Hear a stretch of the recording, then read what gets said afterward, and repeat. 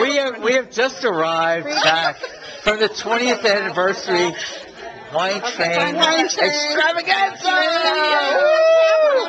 So, and we have Carol, and we have Barbara. Barbara's fanning herself. I She's lose just. it. Now, how do I get back to the picture part? I don't know. You got to figure it out because it's just. Barbara, is this your? No, it's hers. So Andrea, tell us real quick. Tell us about the Wine Train. The Napa Valley Wine Train is a fine dining restaurant on a moving train where we roll through the most beautiful vineyards of Napa Valley. Napa Valley is an amazing place to visit. Come visit us today. Absolutely, and this was the 20th anniversary, so it was absolutely incredible.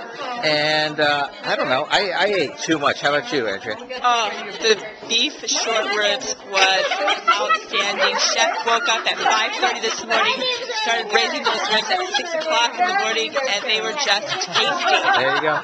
And the wines were fabulous. So look forward to this. And anybody who wants to go, the Wine Train, be there or be square.